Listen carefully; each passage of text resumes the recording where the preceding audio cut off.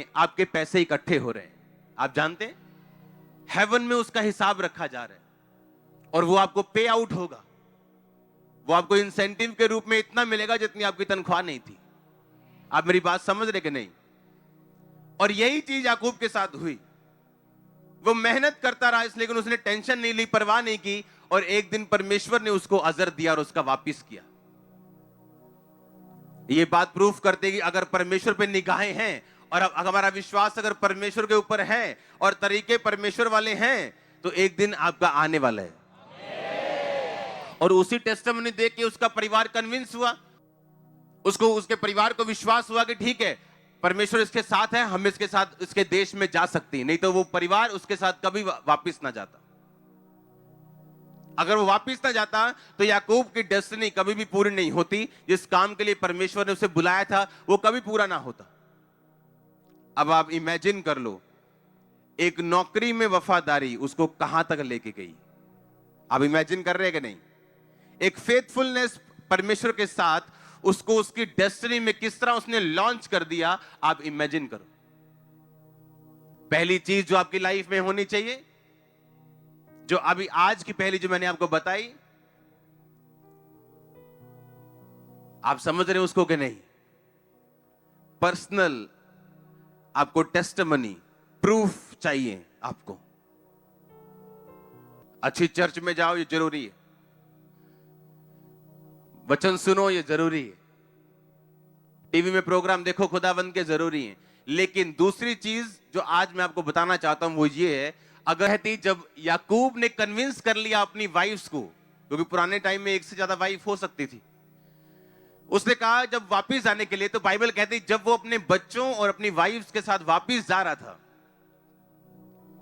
तो उसे रास्ते में मालूम हुआ कि उसका भाई, सगा भाई एसाव, जो उसका जुड़वा भाई था, जिसकी आशीष याकूब ने धोखे से ले ली थी, वो उसको 400 बंदे लेकर मिलने के लिए आ रहे हैं। अगर आपने अपने रिश्तेदार के घर में गुड न्यूज देने जानी हो, आप 400 बंदा लेके जाओगे? अगर आप अपने सगे भाई से मिलने के लिए जा रहे हो, जो आपसे 20 साल बाद मिलने के लिए आ रहा है, आप 400 बंदा लेके जाओगे? वो 400 बंदा लेके मिलने नहीं जा रहा था, वो 400 बंदा लेके उसे मारने के लिए जा रहा था। वो गुस्सा अभी भी उसके दिल में था कि तू मेरी आशीष लेके भागा था, मैं तुझे छोड़ूंगा नहीं। क्योंकि एसाव जो था वो आत्मिक बंदा नहीं था। उसने उन लड़कियों से शादी की थी जो परमेश्वर की ओर से नहीं थी, जो उसके पिता को पसंद नहीं थी, उसकी माता को पसंद नहीं थी। अपने पहलौठे होने का उसने अधिकार एक दाल की कोली के बदले के में बेच दिया था। वो एक आत्मिक इंसान नहीं था। अब जब उसे मालूम हुआ कि याकूब, वही धोखा देने वाला याकूब मुझे मिलने के लिए आ रहा है, तो लिखा वो 400 बंदा लेके उसके सामने चला के अब मैं उसका हिसाब किताब बराबर करता हूं। और जब याकूब को मालूम हुआ कि 400 बंदा लेके मेरा भाई मुझे मिलने के लिए आ रहे हैं, आप जानते परमेश्वर ने उससे क्या कहा? परमेश्वर ने कहा उस स्थान को चला जा जहां मैंने तुझे दर्शन दिया था। जब तू अपने भाई से भागकर 20 साल पहले, इसी भाई से भागकर जब तू अपने मामा के घर में जा रहा था, तो बेतेल में रुका था, और जब वो सोया था एक पत्थर का तकिया बना के, तो उसने एक दर्शन देखा था कि स्वर्ग तक सीढ़ी लगी है और स्वर्गदूत उतर रहे हैं और चढ़ रहे हैं, चढ़ रहे हैं, उतर रहे हैं। उसने एक विजन देखा था और उसने कहा था ये परमेश्वर का घर है, मैं यहां प्रभु का घर बनाऊंगा। प्रभु ने मुझे यहां दर्शन दिया, और बाइबल कहती है उस स्थान, वो बेतेल नाम स्थान था। और 20 साल बाद वही कहानी अपने आप को दोहराती है फिर से। जैसे पुराने कपड़ों का फैशन नहीं दोबारा आ जाता, हाँ, वो 20 साल बाद वही सीन वापिस आया कि वही भाई उसे मारने के लिए आ रहे हैं, और परमेश्वर कह रहे हैं उसी स्थान को वापिस चला जा जहां मैंने तुझे विजन दिया था।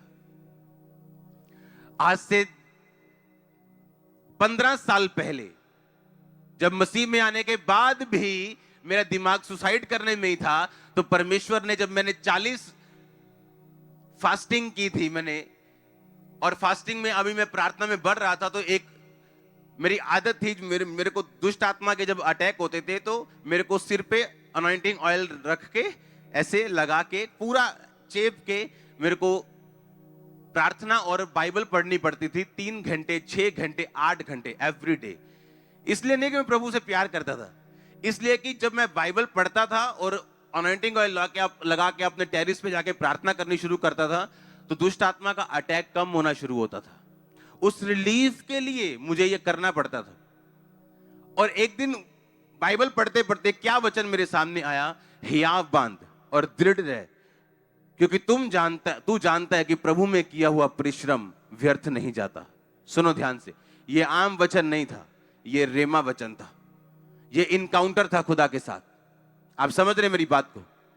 ये मेरी प्रार्थना रोजे रख रख के कि परमेश्वर मुझे फ्री कर, फ्री कर, फ्री कर, और बाइबल का वचन मेरे सामने आता है कि मैं मेहनत करूं। प्रभु में की गई मेहनत व्यर्थ नहीं जाती। मुझे ऐसा लगा ये एक इनकाउंटर हुआ है मेरा, प्रभु के साथ मेरा आमना सामना हुआ है। परमेश्वर ने मेरी प्रार्थना का उत्तर दिया है कि मैं मेहनत तो कर रहा हूं, लेकिन इतनी नहीं कि मैं अपने इस केस से, इस बड़ी प्रॉब्लम से आजाद हो जाऊं। और तब उसी प्रार्थना के वचन, जो प्रार्थना में मिले हुए वचन जो परमेश्वर ने मुझे पहला कुरिन्थिया 15 उसके 58 का दिया कि हियाव बांध, दृढ़ रह और मसीह के काम में बढ़ता जा, क्योंकि तू जानता है मसीह में किया गया परिश्रम व्यर्थ नहीं। उस वचन को पढ़ के मैंने 40 रोजे रखने शुरू किए थे, मुझे याद है। पहले मैं रोजे रखता था, लेकिन 40 नहीं। जब वो वचन मेरे सामने आया और 40 फास्टिंग शुरू की, और जब मेरा 5वां पता नहीं 6वां रोजा था, 40 रोजे, जब 5 मतलब आप लगा लो 250वां रोजा था, उस दिन परमेश्वर ने मुझे एक दास के रूप में विजन दिया, दर्शन दिया, और उस बीमारी से मुझे आजाद किया था। और उसको 15 साल हो चुके आजाद हुए। आप समझ रहे मेरी बात को? ये इनकाउंटर था, ये मेरा परमेश्वर के साथ एक पर्सनल आमना सामना हुआ था। और जरूरी नहीं परमेश्वर अपना दूत भेज के आपको पर्सनल आमना सामना आपको करे, उसका दूत आपके सामने खड़ा हो जाए, या आप एक दर्शन देखें, या एक सपना आपको आए, ऐसा नहीं। हो सकता है जो वचन आप पढ़ रहे हो वो इतना जिंदा हो जाए आपके लिए कि आपको पक्का मालूम हो कि ये मुझसे बात की है प्रभु ने। वो पर्सनल एनकाउंटर याकूब का हो चुका था। वो पर्सनल एक रेमा वर्ड याकूब को मिल चुका था, जब वो अपने भाई एसाव के सामने से भागता था, और 20 साल बाद परमेश्वर ने फिर कहा कि फिर तू उसी वचन पे ध्यान दे जो मैंने तुझसे 20 साल पहले कहा था। आप जानते मैं क्या कह रहा हूं? क्या कहा था परमेश्वर ने आपको? आपका रेमा वचन क्या है? अगर नहीं मिला तो मैं आपसे बात नहीं कर रहा हूं, मैं उन लोगों से बात कर रहा हूं जिन्होंने रेमा वचन लिया हुआ खुदा से, और आज फिर किसी मुश्किल में है, और उसी वचन को दोहराओ, आप फिर बाहर आने वाले हो। आप मेरी बात समझ रहे हो क्या? मैं गहराई में जाऊं कि रहने दूं? हां, वही रेमा वर्ड परमेश्वर रिपीट कर रहा है उसको। 10 साल पहले, 5 साल पहले जिस वचन से, जिस मेहनत से तू बाहर आया था, आज भी वो वचन काम कर रहा है। आमीन। मसीह में आने का पहला दिन याद करो आप कैसे थे, आज आप कितने ब्लेस्ड हैं। लेकिन अभी भी अगर कोई मुश्किल है तो याद करो जिस वचन ने आपको तब छुड़ाया था वो आज भी छुड़ाएगा। आप समझ रहे मेरी बात को? इसीलिए मैंने कहा अच्छी चर्च जाओ, अच्छी बात है, वचन सुनो, प्रार्थना करवाओ, लेकिन अगर एक विश्वासी होने के नाते आपका पर्सनल आमना सामना यीशु मसीह के साथ नहीं हुआ तो अभी आप बहुत पीछे हैं। चर्च इसलिए नहीं कि आप सिर्फ आओ और आप ब्लेस हो जाओ, इसलिए कि वो आपको इतना इंकरेज कर सके और आपके अंदर वो फायर भर सके कि आप खुद परमेश्वर के साथ आमना सामना करने के लिए तैयार हो। और ये कोई इत्तेफाक नहीं होता कि आप एक दिन जा रहे थे, परमेश्वर के साथ आमना सामना हो गया। बाइबल कहती है एक वरदान है वर्किंग आउट ऑफ मिरेकल्स, लिखा सामर्थ्य के काम करने की शक्ति। जैसे हिंदी में आप बोलते हो सामर्थ्य काम करने की शक्ति, ये वरदान है खुदावंत का। और इंग्लिश में बेटर लिखा है वर्किंग आउट ऑफ मिरेकल, यानी कोई भी अगर मिरेकल आपकी लाइफ में होना है तो आपको वर्कआउट करना पड़ेगा, उसके लिए आपको मेहनत करनी पड़ेगी, आपको प्रेयर में रहना पड़ेगा, आपको रोज बाइबल पढ़नी पड़ेगी। अगर आप वो वचन चाहते हो जो परमेश्वर ने आपको आपके पर्सनल लाइफ के लिए देना है, वो ऐसे नहीं मिलेगा सुबह उठे बाइबल उठाई ठक से खोली कि परमेश्वर आज तुम मुझसे क्या कहना चाहते हैं। हाँ, और सामने वचन लिखा कि यहूदा मर गया, उसने फांसी ले ली, तो ये ऐसे परमेश्वर बात नहीं करता। हालेलुया। जो कोई 2 लाख में एक बार हो सकता है किसी व्यक्ति के लिए, पर रोज के लाइफ में नहीं होता। आपको रोज बैठना होता है, रोज टाइम निकालना होता है, बाइबल पढ़नी होती, तब आपको आपका पर्सनल वचन मिलता है और वो आपकी हेल्प करते हैं लाइफ टाइम। लाइफ टाइम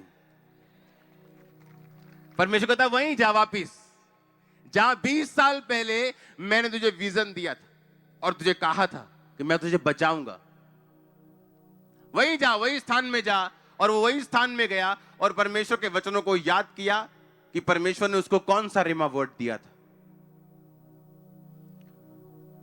आप एक विश्वासी हैं, अगर आप इफेक्टिव होना चाहते हैं, रिकवरी में आना चाहते हैं, इमेजिन करो अगर याकूब खाली हाथ होता और अपनी पत्नी को कहता चलो चले, वो कभी नहीं जाती।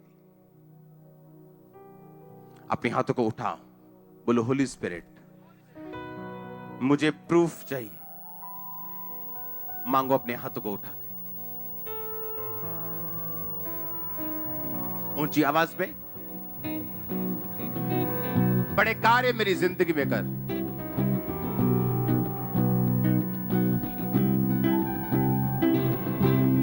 आमीन।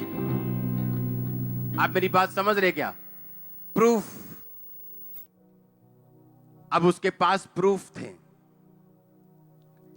कि 10 बार उसके पिता ने उसकी मजदूरी को बदला, कि अब की बार धारी वाले हुए तो तेरी तनख्वाह, अब धारी वाले हो रहे, अब की बार जब डॉट वाले हुए वो तेरी तनख्वाह। ये भी कहा होगा अच्छा अब ये बड़ा चालाक है, अच्छा ऐत की जे अद्धा काला होया ते अद्धा चिट्टा ता तेरी तनख्वाह। वैसे ही हुए, आधे काले आधे गोरे। आप समझ रहे हैं? 10 बार लिखा उसकी मजदूरी को बदला गया और 10 बार वही बच्चे पैदा हुए जो उसकी मजदूरी थी। आप इमेजिन करो अगर प्रूफ उसके पास नहीं होता तो वो अपनी फाइनल डेस्टिनेशन तक कभी नहीं पहुंच पाता। आपको प्रूफ चाहिए, आमीन।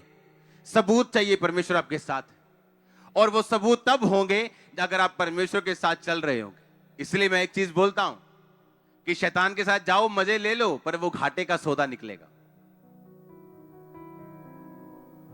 वो घाटे का सौदा निकलेगा। क्योंकि जिस फाइनल डेस्टिनेशन में परमेश्वर ने आपको लेके जाना है, उसके लिए रास्ते में आपको बहुत सारी चीजें चाहिए होंगी जो इम्पॉसिबल है लेनी अगर परमेश्वर आपके साथ नहीं है तो। इसलिए बहुत सारे क्रिश्चियन लोग आ तो गए, एंट्री तो हो गई, पर वहां नहीं पहुंच पाए जहां उनको जाना चाहिए। जो उनका फाइनल स्थान है वहां वो नहीं पहुंचे अपनी लाइफ में। क्यों? क्योंकि उस स्थान तक पहुंचने के लिए आपको ऐसे प्रूफ चाहिए, ऐसी चीजें चाहिए जो तभी हो सकती हैं अगर आप परमेश्वर के साथ चलने वाले, खड़े होने वाले और आत्मा में होने वाले व्यक्ति हो तो। हालेलुया। याकूब ने एक वायदा किया था, परमेश्वर जो कुछ तू मुझे दिया करेगा उसका दशमांश मैं तुझे दिया करूंगा, मैं यहां पे तेरा भवन बना। उसने बड़े वायदे किए खुदावंद के साथ। जब परमेश्वर ने उसे विजन दिया, पर्सनल एनकाउंटर किया परमेश्वर के साथ। आपका आमना सामना होना खुदावंद के साथ जरूरी है। आप समझ रहे हो? वो वचन के जरिए हो, आत्मा के जरिए हो, किसी भी तरह जरिए हो, आपको यह सुनना जरूरी है कि परमेश्वर आपकी लाइफ में चाहते क्या है। उसके लिए आपको खड़े रहना पड़ेगा, आपको रेस्ट में होना होगा। आप इतना बेआराम नहीं हो सकते अपनी लाइफ के लिए कि आप अपनी हीलिंग के बारे में ही सोचते रहें और परमेश्वर क्या चाहता है आप ये ना सोचें, तो आप उस वचन को नहीं ले पाएंगे। अगर मैं अपनी लाइफ में तब तक मैंने यही सोचा कि मुझे हीलिंग मिल जाए, तब तक मैं वो नहीं ले पाया जो परमेश्वर मुझे देना चाहता था। और जो परमेश्वर आपको देना चाहता है वो हीलिंग से कहीं ऊपर है। वो हीलिंग तो है ही, वो हीलिंग तो है ही, लेकिन जो परमेश्वर देना चाहता है वो उससे 10 गुना ज्यादा चीजें हैं। आप लेना चाहते हो एक पार्ट, परमेश्वर 10 हिस्से आपको देना चाहता है। आप बोलते हो नहीं 9 हिस्से नहीं, परमेश्वर कहता नहीं, मैं तुझे 10 हिस्से देना चाहता हूं, लेकिन तू मेरे हिसाब से अगर चलेगा तो। अगर आप पर्सनल एनकाउंटर में चलते हैं, खुदावंद आमना सामना आपका होता है, आपको वचन परमेश्वर देगा, आपको रेवलेशन देगा, आपको प्रूफ देगा, और वो प्रूफ आपके काम आएंगे। मैंने कहा वो प्रूफ आपके काम आएंगे। इसलिए शैतान के साथ कोई भी सौदा मत करो, क्योंकि वो घाटे का सौदा है, आपके प्रूफ खत्म करने वाला सौदा है। परमेश्वर के साथ आपके संबंध को तोड़ के उस रेवलेशन को ब्लॉक करने के लिए और उस रेमा वर्ड को ब्लॉक करने के लिए जो आपको फाइनल डेस्टिनेशन में लेके जाएगा, ये शैतान का काम है। आपको वो देना जिसके जरिए वो आपसे वो ले सके जिस पे आपकी लाइफ डिपेंड करती, निर्भर करती। आपको क्या लगता है कि जितने लोग मसीह में आते हैं और जितने लोगों को इस्तेमाल होना होता है, क्या सब इस्तेमाल होते? नो। बाइबल बताती जब दाऊद को मसा किया गया तो दाऊद वो व्यक्ति नहीं था जिसे परमेश्वर ने चुना था। उसका सबसे बड़ा भाई वो व्यक्ति था जिसे परमेश्वर ने सबसे पहले यिशै में से चुना था, जो यशाया भविष्यद्वक्ता की पुस्तक में भविष्यवाणी है। हां, अगर आप उसे ध्यान से पढ़ें, यिशै की, उसका जो बेटा मसा होना था वो दाऊद नहीं था, वो उसका बड़ा बेटा था। पर बाइबल कहती जब उसको मसा करने के लिए शमूएल गया, क्योंकि सबसे बड़े बेटे जो होते थे वही परमेश्वर की ज्यादातर योजना के मालिक होते थे। जब वो मसा करने लगा, कहता नहीं इसको मसा मत कर, क्योंकि मैंने इसे अयोग्य करार दिया। अयोग्य करार मतलब मैंने इसका पेपर लिया पर यह क्या हो गया? फेल हो गया। अगर परमेश्वर ने चुना ही नहीं होता तो परमेश्वर यह कहता कि नहीं, ये है तो बहुत अच्छा और मेरा प्रिय है, पर मैंने इसे चुना नहीं है अपने काम के लिए, कोई और है जिसको मैंने चुना। परमेश्वर ने कहा नहीं, मैंने इसको क्या किया? अयोग्य करार दिया, ये फेल हो चुका है। ये नहीं परमेश्वर ने कहा कि नहीं ये वो नहीं है जिसे मैंने चुना है। परमेश्वर ने कहा नहीं, है तो ये वही जिसको मैंने चुना था, पर ये अयोग्य करार दे दिया गया। और बाइबल कहती है उसके सब भाई अयोग्य करार दे दिए गए और एंड में दाऊद बचा जिस पर परमेश्वर ने अपना हाथ लगाया। हालेलुया। वफादारी आपको रखनी पड़ेगी परमेश्वर के साथ, ये समझ के चलो। कब तक सिगरेट पीते रहेंगे और खुदा से दूर रहेंगे? हां, कब तक जर्दा लगाते रहेंगे और खुदा से दूर रहेंगे? शैतान आपको चवन्नी की चीज दे के आपके करोड़ों रुपए लूट रहे हैं। दुख लगता है मुझको कि आप नुकसान में चल रहे हो और खुदावंद ने आपको बुलाया